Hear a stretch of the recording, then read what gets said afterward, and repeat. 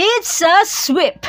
Talagang walang pinalagpas na momentum ang PLDT at Signal upang hindi na makapanlaban pa ang kalaban dahil ang quarterfinals ng PVL on Tour ay naghatid ng mga labanang makapigil hininga na nag-iwan sa atin na puno ng excitement, lalo na nang malapit na natin malaman ang magiging kaduelo nila sa finals. Sino kaya sa Creamline versus Farm Fresh at NextLed versus Charity Go? Pero bago pa man ang lahat, kung hindi ka pa nakapag-subscribe, please like and subscribe at pakispike na rin sa bell button para lagi kang updated sa mga volleyball ganap. Sumiklab ang quarterfinals ng Philippine Volleyball League on Tour dahil sa hindi kapani-paniwalang matinding kompetisyon. Dahil magkapatid na kupunan, ang Signal at PLDT ang nagtagumpay at nakapasok sa semifinals. Una, ang Signal HD Spikers na hindi natitinag sa kanilang 3-0 sweep laban sa Akari. Nanguna si Erica Santos gamit ang kanyang kahangahangang 24 points na ipinakita ang kanyang natatanging galing at siniguro ang ikawalong pagpasok ng Signal sa PVL semis. Malaki rin ang naitulong ng malalakas na pag-block ni Roslyn Doria Aquino at ang matatag na depensa ni Tin Tiamzon sa panalo.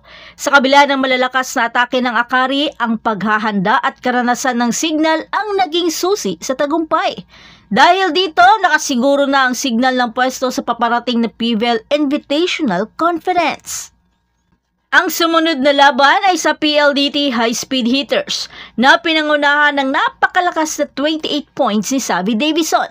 Talagang apakahalimaw naman talaga ni Akla at nagdomina sa Suscoffy sa isang panalo na walang natamong set. Hindi na nila pinagbigyan pa na makaisang set pa ang Thunderbells, gayong alam naman natin kung gaano ang kapasidad ng Zeus pagdating sa stamina.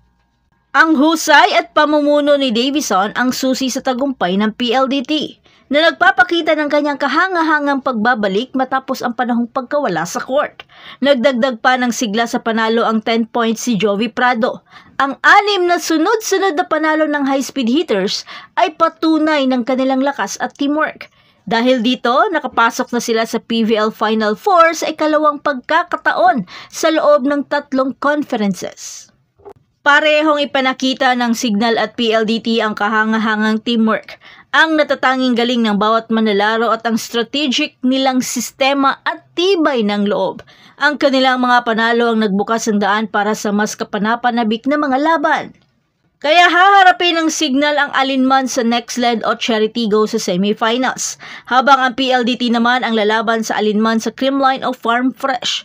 Pero sino kaya ang haharap sa hamon at makakakuha ng titulo? Abangan ang mas kapanapanabik na aksyon mula sa PVL on Tour.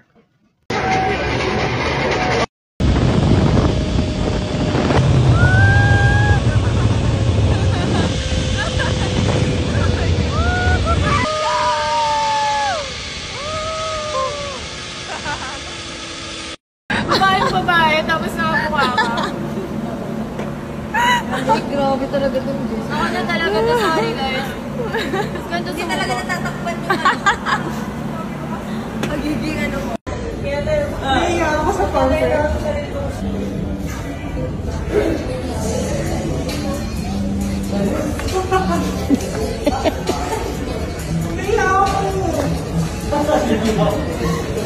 Meron kasing code dito sa amin. Oh, kasi sige, sample. Gagandahin ko lang siya. Ayaw, di ba? Green na yun. So, meron code dyan.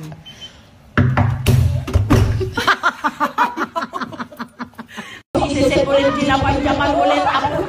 Grabe mo yung inuha ng bebe. Ayun! Isa pa! Andito kayo si Alyssa J. Santiago.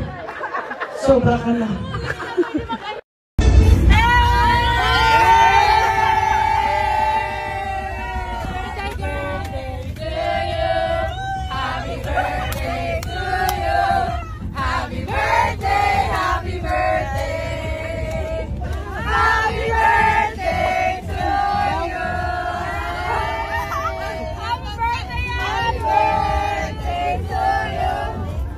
Happy birthday to you.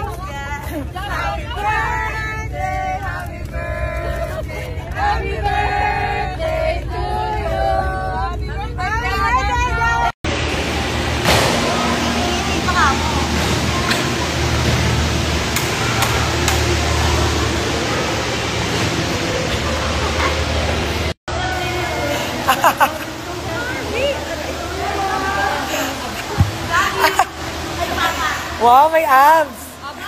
Absent.